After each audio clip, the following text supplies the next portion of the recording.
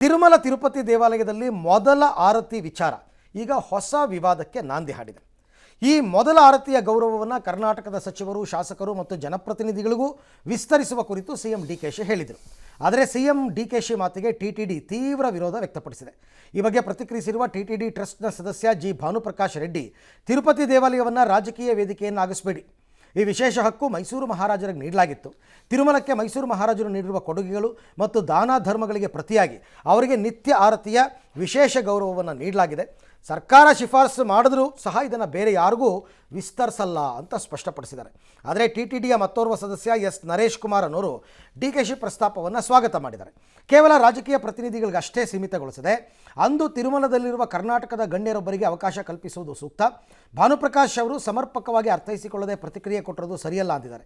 ಇನ್ನು ಈ ಬಗ್ಗೆ ಪ್ರತಿಕ್ರಿಯಿಸಿದ ಇತಿಹಾಸಕಾರರು, ಕರುನಾಡಿಗೂ ತಿರುಪತಿಗೂ ಅಪರೂಪದ ನಂಟಿದೆ. ವಿಜಯನಗರ ಸಾಮ್ರಾಜ್ಯದ ಅರಸರ ಅಪಾರ ಕೊಡುಗೆ ಇದೆ. ಶ್ರೀಕೃಷ್ಣದೇವರಾಯರಿಂದ ದೇವಸ್ಥಾನದ ಅಭಿವೃದ್ಧಿಗೆ ನೆರವು ನೀಡಿದ್ದಾರೆ. ಹೀಗಾಗಿ ಆ ಗೌರವ ರಾಜವಂಶಸ್ಥರಿಗೆ ಅಥವಾ ಜನಸಾಮಾನ್ಯರಿಗೆ ಸಿಗಬೇಕೇ ಹೊರತು ರಾಜಕಾರಣಿಗಳಿಗೆ ಅಲ್ಲ ಅಂದಿದ್ದಾರೆ.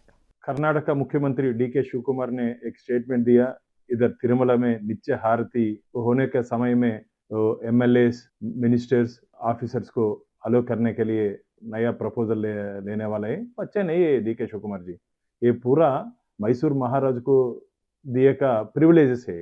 ये आपके लिए ಮೈಸೂರಿನ ರಾಜ ಒಡೆಯರವರು ಮತ್ತೆ ತಿರುಪತಿ ದೇವಸ್ಥಾನದಲ್ಲಿ ನಿತ್ಯ ಪೂಜೆಗಳನ್ನು ಏರ್ಪಾಟನ್ನು ಮಾಡಿದರು. ಅವರು ಸಹಸ್ರನಾಮಾರ್ಚನೆಯನ್ನು ಏರ್ಪಡಿಸಿದ್ರು. ಅದಲ್ಲದೆ ಬೆಳ್ಳಿ, ಬಂಗಾರ, ನಿತ್ಯ ಪೂಜೆಗೆ ಬೇಕಾಗುವಂತಹ ಪಾತ್ರೆಗಳನ್ನೆಲ್ಲ ಕೊಟ್ಟರು.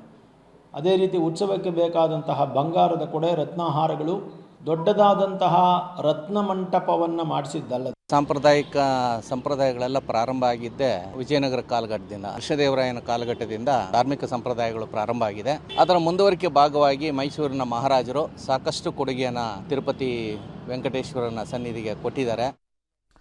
ಮಾನ್ಯ, ಈ ವಿಚಾರದಲ್ಲಿ ಏನಾಗಬೇಕಾಗಿತ್ತು ಅಂತಂದರೆ, ತಿರುಪತಿಯಲ್ಲಿ ನಮ್ಮ MLAಗಳಿಗೆ, MP ಗಳಿಗೆ, IAS ಆಫೀಸರಿಗೆ, IPS ಆಫೀಸರಿಗೆ ಅನ್ನೋದಕ್ಕಿಂತಲೂ ಹೆಚ್ಚಾಗಿ ರಾಜ್ಯದಲ್ಲಿ ಅನೇಕ ದೇವಸ್ಥಾನಗಳಿವೆ. ಎಂತೆಂಥ ದೇವಸ್ಥಾನಗಳು ನಮ್ಮ ರಾಜ್ಯದಲ್ಲಿ ಇವೆ.